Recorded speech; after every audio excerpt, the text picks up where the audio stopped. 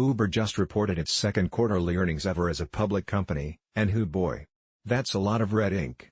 The ride-hailing giant reported losing a whopping $5.2 billion in the last 3 months. No, there isn't dirt on your screen. That's billion with a B. Lyft, which reported its earnings Wednesday, fared better but still posted a loss of $644 million during the quarter. The numbers for both companies look a lot better when adjusted for things like amortization of intangible assets and stock-based compensation for employees post-IPO. Excluding those expenses, Uber lost $1.3 billion and Lyft lost $197 million. But analysts on Wall Street expected these losses, and so therefore we're supposed to shrug and say no big whoop. It's a routine cost for newly public companies, though Uber's is much larger due to the company's size, and investors are likely to forgive it as a one-off, writes Eric Newcomer in Bloomberg.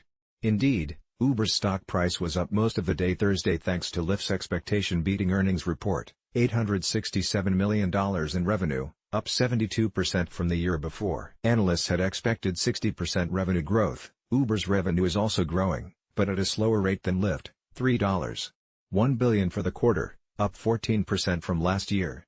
But I'm not a Wall Street analyst, and neither are you, probably, so all of this can feel a little abstract. Losing $5.2 billion in a single quarter seems bad, right? Like lose your job, never work in this town again, kind of bad.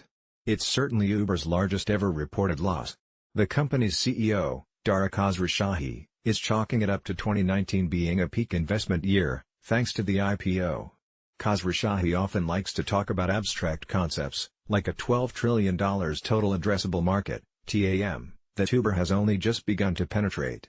That includes things like food delivery, personal mobility, and freight shipping. For reference, the World Bank estimates global GDP was around $80 trillion in 2017.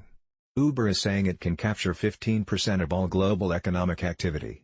That is sure to excite investors, but it could come at a real cost to the quality of life for the rest of us. Look out the window.